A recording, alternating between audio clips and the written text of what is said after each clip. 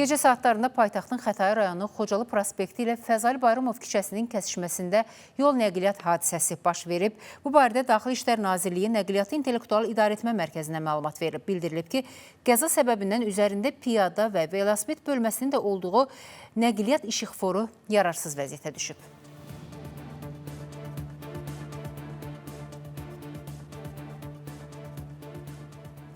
Dövlət Təhlükəsizlik Xidməti, Daxili İşlər Nazirliyi, Dövlət Sərhəd Xidməti və Dövlət Gömrük Komitəsi əməkdaşları 3 il ərzində qanunsuz yollarla ölkəyə gətirilən və dövriyyədən çıxarılan narkotik vasitələri yandıraraq məhv ediblər. Məhv edilən narkotik vasitələr daha çox Azərbaycana, İrandan daxil olub.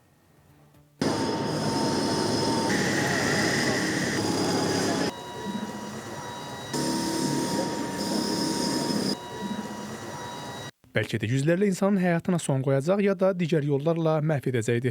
Lakin hüquq mühafizə orqanlarının ayıq sayıqlığı nəticəsində ölkəyə gətirmək istədikləri müxtəlif adda narkotiklər dövriyyədən çıxarıldı. Özləri isə cinayət məsuliyyətinə cəlb edildi.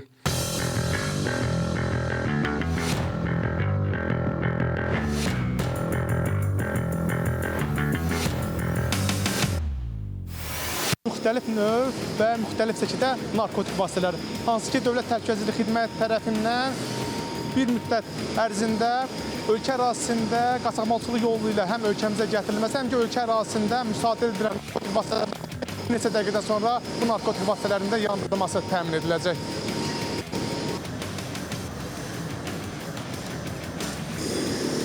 Bugün növbəti dəfə 2397 məhkəmə hökmü ilə barəsində məhv etmə qərarı qəbul edilən ümumi çəkisi 5 ton 194 kiloqramdan artıq olan müxtəlif adda narkotik vasitə yandırılaraq məhv edildi. Hazırda məhv etmə komissiyası tərəfindən bu əraziyə gətirilərək yandırılmasına qərar verən müxtəlif növ və müxtəlif şəkildə heroin, həşiş, marixuana, çətənə kolları və həblər, hansı ki, hüquq mühafizə orqanlarının əməkdaşları tərəfindən 3 il ərzində ölkə ərazisində və nəzarət buraxılış məntəqələrində müsadirə edilən narkotik vasitələrdir. Hazırda onların yandırılması həyata keçirilir. Məlumat üçün onu da bildirək ki, yandırılan narkotik vasitələrin Qarabazarda ümumi dəyəri 164 milyondan bir qədər artıqdır.